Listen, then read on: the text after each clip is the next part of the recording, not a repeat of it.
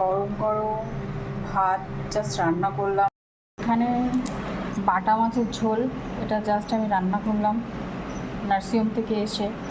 তো এটা হয়েছে, আর পটল ভাজা, লাউ ছেঁচকি, এটা কালকেরই ছিল। পটল ভাজাও ছিল, সেটাই আজকে দেখাচ্ছি। এটা বাসি গরম করা হয়েছে। আর এখানে হচ্ছে পাশের বাড়ির একজন দিয়ে গেল ডিমের মামলেটের কিছু। আর এখানে এক বাটি কালকের মসুরির ডাল সেদ্ধ রয়েছে, আর দেখাচ্ছি।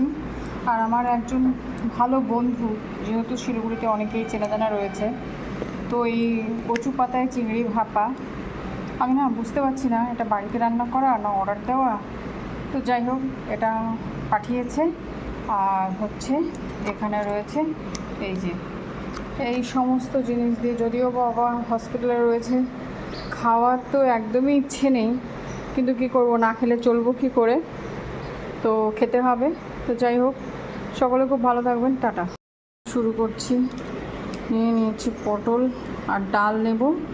আর এখানে আমি এই ঝিঙে এটা খাবো না, এটা আমার হাজব্যান্ডেও খায়, বাড়ির রান্নাও খায়, কারণ একটু পেটের প্রবলেম রয়েছে।